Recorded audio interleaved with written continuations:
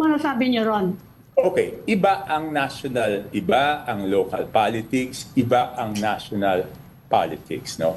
Ang local politics is based on the performance ng iyong representante, no? Ang national politics is based on perception. Okay? So ibang-iba 'yon. Okay? At yung sinasabi, okay, bakit ba nila kailangan gawin? Hindi ko maintindihan kung bakit nila kailangan gawin. Ngayon ko lang natuklasan na yung aking duda nung unang-una pa lang kung bakit nila pinipilit yung impeachment na yan ay tama. And it was because of the conditional release. Sir, could you... Ano yun? Puta, nilaglag sila dito. Merong 3 impeachment, hindi nag-push through. Yung pang-4 nag-push through. Why? Because of the conditional release. Of what? Of budget. Hindi naman ito ibinayad sa kanila. Yung pagpirma nila ibinayad de pera, ang ibinayad sa kanila is budget release para sa mga proyekto nila. At syempre, pag may proyekto, dahil nga liquidation by certification, napakadaling mangurap kapag ka congressman ka dahil nga doon sa sistema na yan. And this is coming from a congressman na alyado nila na nagka-impeachment, nag-push through yung impeachment, ipinush ng anak ng presidente yung impeachment dahil sa pera. Oh, so paano yan? Yung mga nagsasabi na mga vlogger na fake news ang mga Duterte supporters. Paano yan? Galing mismo sa inyo. Na kaya na inimpeach si VP Sara sa Kongreso ay dahil sa pera. Conditional release of budget. So, ibig sabihin, talagang itong si Romualdez, nagmalabis sa kapangyarihan niya. Siguro kaya nagsasalita na rin to si Toby Chanko sa sa media para mapalitan na yan si Romualdez. Matagal naman nang gustong palitan talaga yan si Romualdez. So ito siguro ini-expose na si Romualdez as corrupt talaga na he will use yung pondo na dapat naman talaga para sa tao, he will use it, gigipitin niya yun kapag hindi ka sumunod sa gusto niya. According to Toby Chanko, the reason why a lot of congressmen signed it, it's because of the conditional release of budget. Anong sabi ni Vic Rodriguez? There is no way na pipirma ka sa isang impeachment, articles of impeachment na hindi mo binasa. Kailangan when you sign it, naiintindihan mo yung nandoon. Wala nang panahon papaano ka nakakuha ng ganong kadaming pirma. Kung babasahin mo yung ilang pahina na petisyon para pirmahan mo, it will at least take you a day para sa ulo or at least man lang ma-internalize lahat ng mga nandoon bago mo pirmahan. Kasi you are acknowledging it pag pinirmahan mo na yon. So yun yung sinasabi. So Vic Rodriguez is correct all along na nagkabayaran talaga dyan. Kaya pumirma sila. Ito, sinasabi ni Toby Chanko. Could you continue that? Conditional release ng... Di ba, okay. Di ba saan ba nagsimula yung problema ng administrasyon? Nagsimula yung problema ng administrasyon nung hindi nila sinunod yung budget ng Pangulo. Ang nangyari, hindi nila sinunod, ang dami-dami lang ginalaw. Later on, nagpasa sila ng budget na ayaw ng Pangulo. Okay? Ngayon. So ito pa, isa. So nilaglag pa sila ulit ni Toby Chanko. Yung mga blanco-blanco sa BICAM, pucha, parang lumalabas talaga na itong Congress at itong Senate, Ginoyo si Bongbong. Ginoyo si Bongbong. Ito pa yung sinasabi niya, oh, yung nagsimula yan sa budget, di ba? Yung ginawa-gawa nila sa budget. Oh, tingnan mo yung sasabihin ni Toby Chanco dito, oh, yung ginawa-gawa sa budget. Yung budget ng Pangulo. Ang Okay. nangyari, hindi nila sinunod, ang dami-dami lang ginalaw. Oh, hindi nila sinunod, ang dami-dami nilang ginalaw. Later on, Nagpasa sila ng budget na ayaw ng Pangulo. nagpasa sila ng budget na ayaw ng Pangulo. Oy, putang ina, ganun katanga si BBM. Ayaw niya, pinirmahan niya. Di ba? So nilaglag din siya dito ni Chanco. Putang ina, ang galing mo rito, Toby Chanco, ha? So ganun kabopol si Bongbong, ayaw niya nung budget, ba't niya pinirmahan? Mahina utak. Weak leader. Walang backbone. Ganyan ang putang ina. Yan ang sitwasyon ng Pilipinas ngayon. At lahat ng ito ay nanggagaling sa isang kaalyado nila. Very close sa kanila. Actually, may posisyon sa samahan ng mga fraternity nila ng mga OGAG. At nilalaglag sila isa-isa. Congress, hindi sinunod yung budget na gusto ni Bongbong. Si Bongbong naman, pinirmahan. Tapos nagkabigayan ng pera para sa pirma, sa impeachment. Pucha, ano pa? Okay? Ngayon, because of lack of time, hindi na veto lahat ng mga hindi dapat na item na handon. Di ba? So, ang ginawa ng executive is, di ba nagkaroon ng sinabi conditional release. We will Yes, sir. review That one. all the line items. So, ano nangyari? May na-hold. Okay? So, noong pinipilit nila ilabas yung mga projects na for conditional release, iniisip-isip ko na noon na ito yung reason para doon sa impeachment, para mapilitan yung executive branch na ilabas yung budget. So, hindi ko mapatunayan nun. Pero for the record, nag-text ako na yan ang duda ko kung bakit nila ginagawa. So, coming from their own camp, na may bribery na nangyari. So, ano pang natin? Bakit kayo, tinan ninyo ha, if ganito katindi yung mga binitawan dito ni Toby Chanco, bakit si Inday Sara ini-impeach? Hindi ba, nakita mo kung gaano kakorap ang mga nasa gobyerno ngayon? Even one of their own are telling us kung gaano sila kakurakot. And yet, si VP Sara, yung isinasalang natin sa kumukulong mantika. I mean, it doesn't make sense and it doesn't add up. At kung ikaw ay Pilipino, pinabayaan mo ito, kasapakat ka dito sa scam na ito. So wala na. This is a 26-minute interview and 6 minutes and 18 seconds pa lang. Pucha, ang dami na nating na-discover. Again, we are just reacting dito sa interview na ito na for public consumption naman because it's public in YouTube.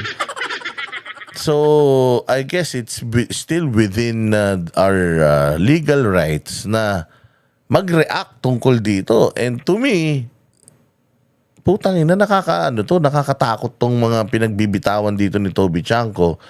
And it exposes both Congress, Senate, and the Malacanang of corruption. Na you're using people's funds, you are using the taxpayers' money para i-hostage etong mga congressman at mapapirma sila sa mga bagay na hindi naman talaga nila gustong pumirma. It's just that kailangan lang nilang pumirma doon para sa mga constituents nila. Takin mo ako, congressman, nangako ako sa inyo ng waiting shed. Mga 100 waiting shed sa distrito natin. At itong pera na gagamitin ko dyan, pera natin. Ngayon, hihingin ko yan sa pamunuan ng Kongreso tapos sasabihin nila na, pirma ka muna. Bakit? Ano to? Hindi, pa-impeach si VP Sara. Hindi pwede. Kasi hindi ako pabor dyan. Bayaan nyo magtrabaho yung tao. Hindi ka pabor, ayaw mo pumirma. Wala kang budget, wala kang waiting shed. Siyempre ikaw, iisipin mo si Inday Sara o yung constituents mo na may pangako ka, mahal mo talaga yung distrito mo Pag wala kang, siyempre, mumurahin ka. Asan na yung waiting shed? Tagal-tagal na. Pwede mo sabihin hindi nga ako binibigyan ng budget. Putangin na ka pala Wala ka palang kwenta Hindi mo pala kaya paglaban yung distrito mo Ba't ka pa na yung binotong kupal ka? Di matatalo ka. Ano yung gagawin mo? Pipirma ka ngayon, makuha mo yung budget para doon sa putang inang waiting shed na yan. Kaya lang gagawin mo ngayon dahil nga masama ang loob mo at dahil putya feeling mo, tinarantado ka, yung kalahati lang ang gagastusin mo, yung kalahati ibuubulsa mo. Hindi ba? Kasi nga, banas ka na sa sistema Malinis ka, putang inang yan, bababuyin ka. O di babuyin mo na rin yung trabaho. O sige, patayo ka ng waiting shed, putang ina yung kawayan. Yun na naman pinangako ko O tapos yung kalahati ng pera, akin na. Tago ko na, putang inang yan. Total, baka hindi ako manalo sa susunod Ganito pala sistema dito. Kanya-kanya na nanakawan.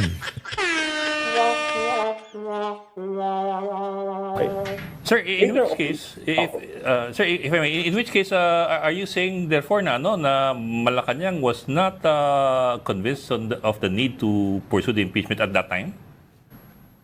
Until now, I am 100% sure na hindi kumbinsido ang presidente. Bakit? On the day of the signing of the impeachment, I was with the president for a meeting regarding the alyansa. Magmula nung simula na nagpipirma hanggang matapos, hindi namin pinag-usapan. Hindi niya sinabi, bakit ka hindi pumirma? Pagkatapos, lumabas yung resulta, hindi man niya lang sinabi sa akin, Toby, naka 215 tayo. We never talked about it. Mm-hmm. Yeah. Isang beses na pag-usapan namin, I think 2-3 weeks after, siya yung nagtanong, ano ba yung nangyari? Bakit nila pinilit yung impeachment? Wala bang kalaban yung mga yan? Sabi ko, sir, hindi nga ako sinama, so hindi ko masasagot bakit na tinuloy. So, it means it was Martin Romualdez all along.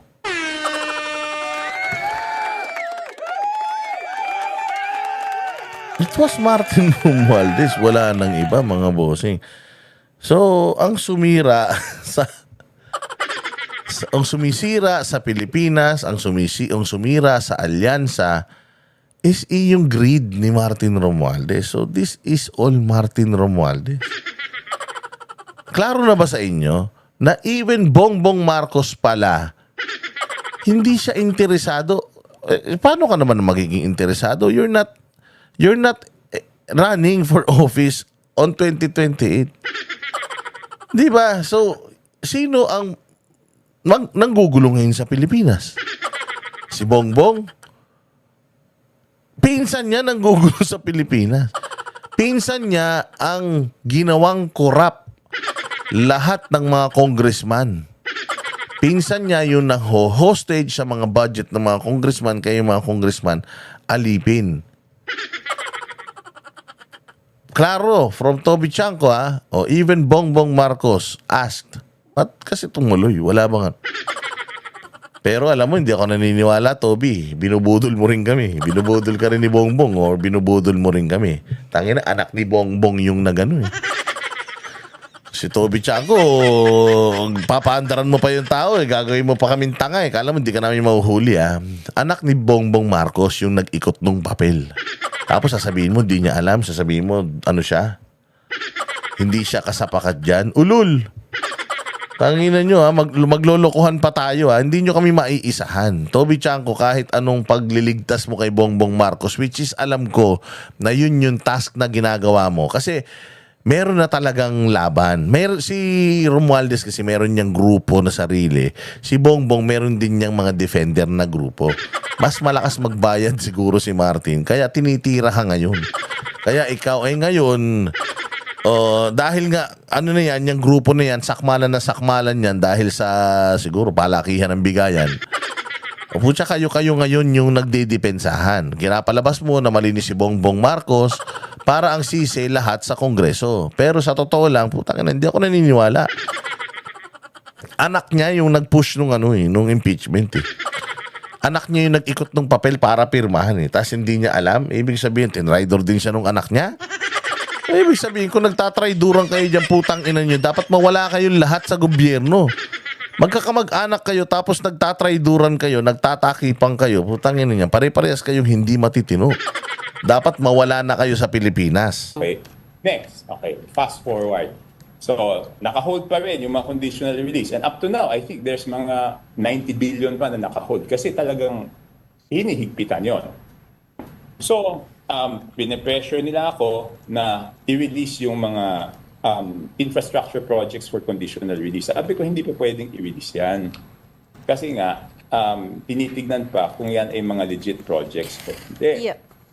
But sir, Ang sabi nila sa akin, nung dalawang pumausap sa akin na pinapunta ni Speaker, pero naipangako namin yan, paano yung mga pumirma ng impeachment. So, See?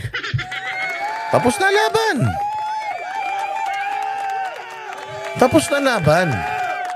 Wala nang impeachment kay VP Sara dahil dito sa interview na to, sinasabi ni Toby Chanco that congressmen signed those the impeachment. So, invalido na yun.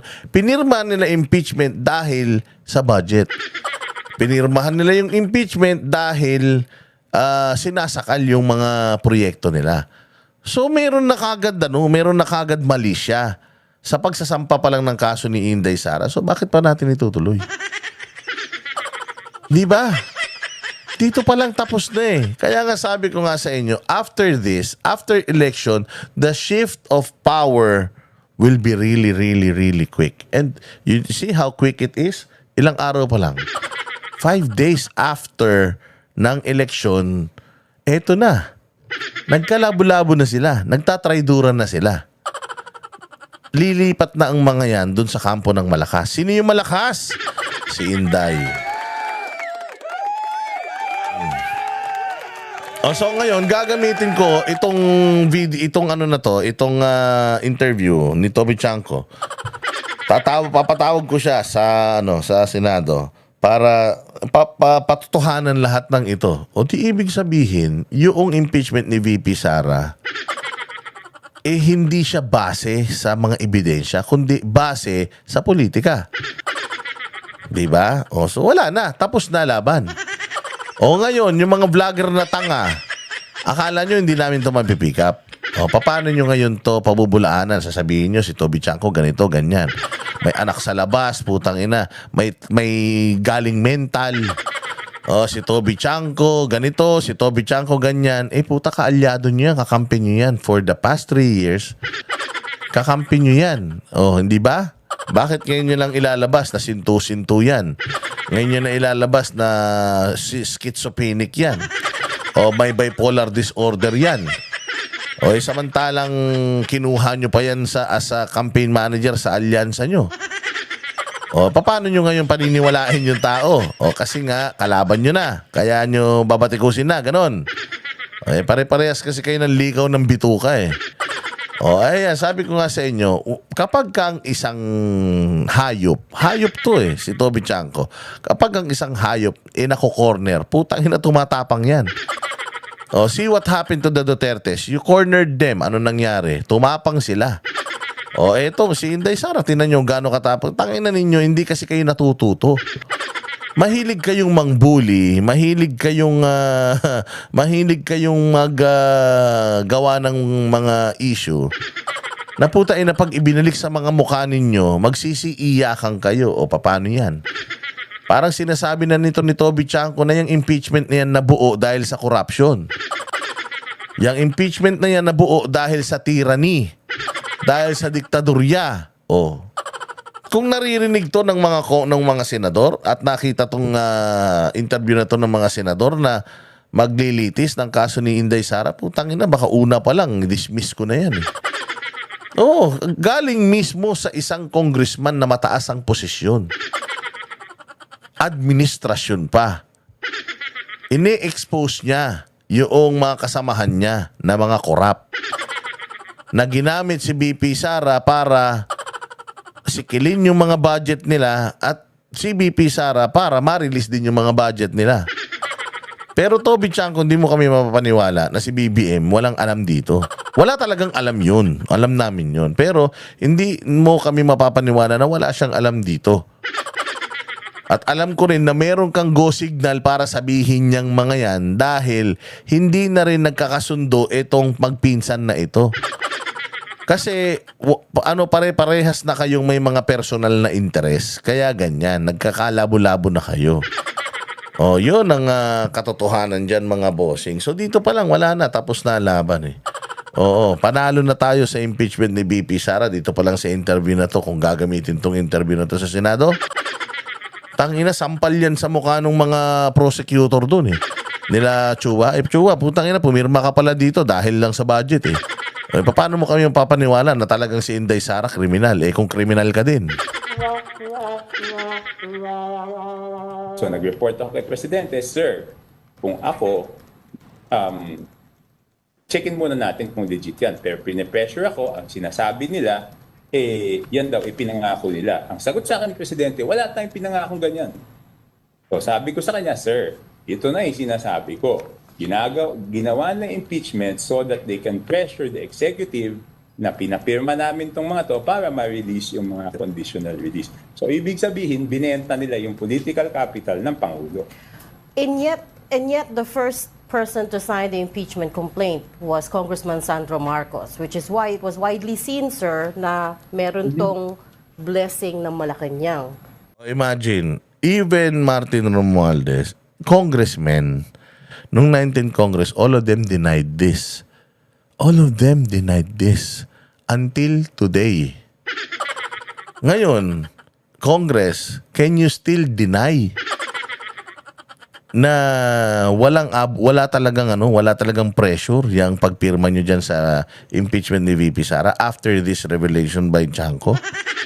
Can you still deny? Putang ina, kakapal ng mukha nyo pag dininay nyo pa yan. Kung ako siguro naririnig ko to, tangina, lumulubog ako sa upuan ko. Lalo na kung pumirma ako doon. Nakakadiri kayo. Tangina nyo. Ilalabas ulit natin yung mga pumirma, kung sino-sino yung mga kupal net, kung sino-sino pa yung nandiyan dyan. Sabi ko nga sa inyo, ilalatay yan sa inyo. Hindi habang panahon nasa kapangyarihan kayo. Lagi nyong tatandaan yan. Matatapos at matatapos yung kapangyarihan. Mantakin mo kayo, 3 years pa lang natapos na yung kapangyarihan nyo. 3 years pa lang nagsishift na yung kapangyarihan towards Sara Duterte. Yari kayo talaga. Kaya ngayon sinasabi ni Haydarian na yari talaga. Yari kayo talaga. Tangina ninyo lahat kayo. Kayo, Torre, Abalos. Lahat ng mga kahayupan nyo, Marbil, putang ina, eto na. Napapaisip na siguro kayo ngayon. Shit. Paktay tayo. Ikaw sino yun? Si Jean Pardo. Nako. Tangina, magdasal na kayo. Malapit na. Malapit na. How do we reconcile these two things? Okay, I had a private conversation with Congressman Marcos, but let's leave him out of this kasi hindi naman siya yung talagang pasimuno nito eh. Ang tingin ko naipit rin siya dito eh.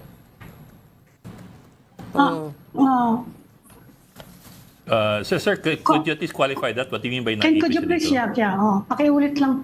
Hindi, okay. I had a private conversation with him. Yes, sir. Regarding this. Let's leave him out of this kasi hindi naman siya yung nagpasimuno ng impeachment. Sa tingin ko,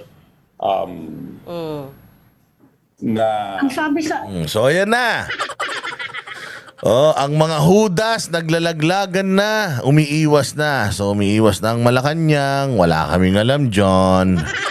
Tangina, ipin down mo yan sa Congress, Brad. Pucha, may sweldo ka. So ngayon, it's the Congress ang may kasalanan. Pero, Toby, nek-nek mo. Si Sandro Marcos, anak ni Bongbong Marcos. At sinabi pa nga ni Bongbong Marcos after, di ba, na naglumapit ang anak niya sa kanya at ang sabi niya sa anak niya, gawin mo yung constitutional mandate mo. O hindi ba? Yun nga yung kanyang constitutional mandate kaya tinuloy nila yung impeachment at wala daw siyang magagawa ron. Therefore, alam ito ni Bongbong Marcos is just trying to wipe his hands clean dahil po siya alam nila na kiss of death talaga itong ginawa nila. It's a suicide attempt na talagang successful na suicidal talaga ito.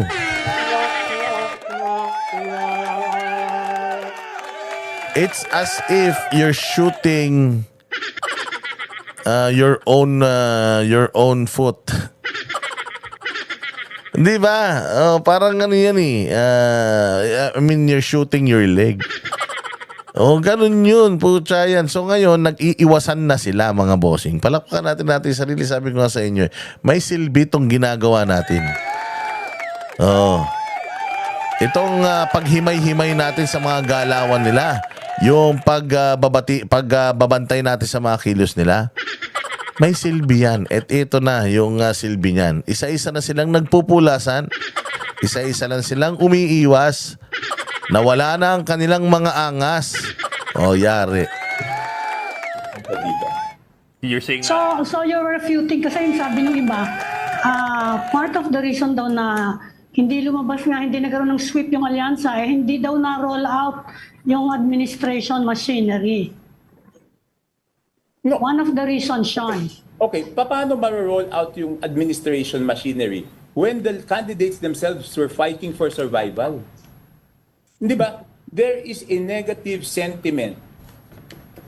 Ikaw tumatakbo ka. Will you take the risk? No candidate will take the risk. He will think first of his own survival.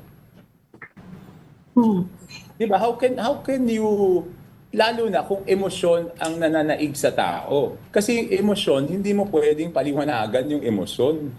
So kung ikaw kumakandidato, kahit sabihin mo na mahina yung kalaban niya, will you take the risk? Yung impact, isa pa sir na tinuturo nila, yung impact nung controversy over the national budget na kasi ang pinaka-direct hit talaga doon yung House eh. You think may tama yon yung observation na yon na may impact nga siya doon sa nangyari sa alyansa? May impact yung okay.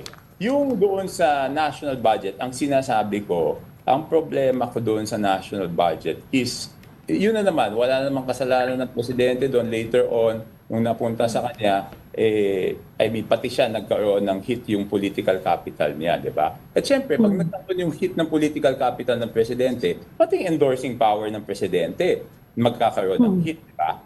That's the natural consequence. Pero, tignan natin. Obvious naman si Toby Chanko na talagang nililigtas mo lang si Bongbong Marcos dito. Sir, there's no salvaging.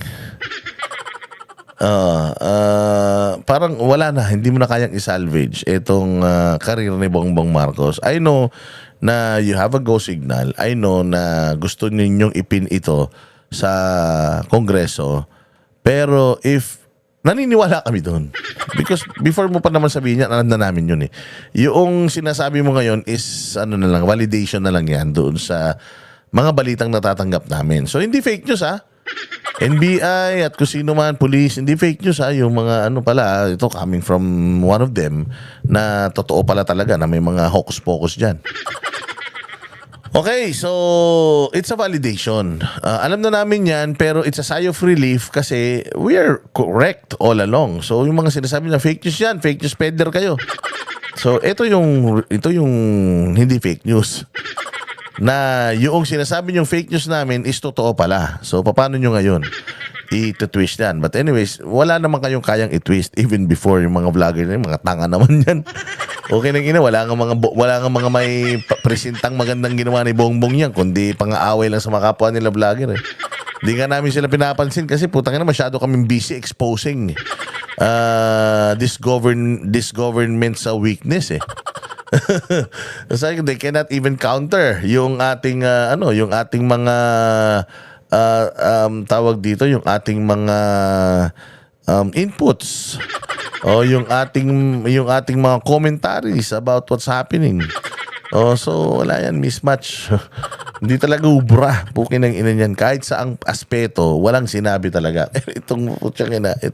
Ito paano nyo ngayon to ipapaliwanag sa taong bayan itong mga ganitong mga pinagsasabi ngayon ni Toby Chanko, Diyos ko, kahit na ano pang sabihin mo, hindi mo na masasalvage yung karir ni Bongbong Marcos, sir. Hindi mo na masasalvage yung karir ni Bongbong Marcos. Ano na yan? Bagsak na talaga yan. And itong mga susunod na taon, wala siyang plano for the past 3 years. Definitely, wala na yung plano for the next 3 years. Kasi kung magtatrabaho talaga yan, ang trabaho talaga ng presidente, unang 3 taon. Kung hindi yan nag-click ng unang 3 taon, ano yan, talagang hindi na yan, wala nang gagawin yan na matino. Kasi palabas na yan siya eh, magbabalot-balot na yan ng mga gamit niya eh.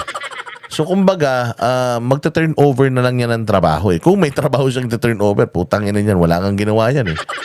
So, Sir Toby, maraming salamat sa mga revelasyon mo. Nagkaroon kami ng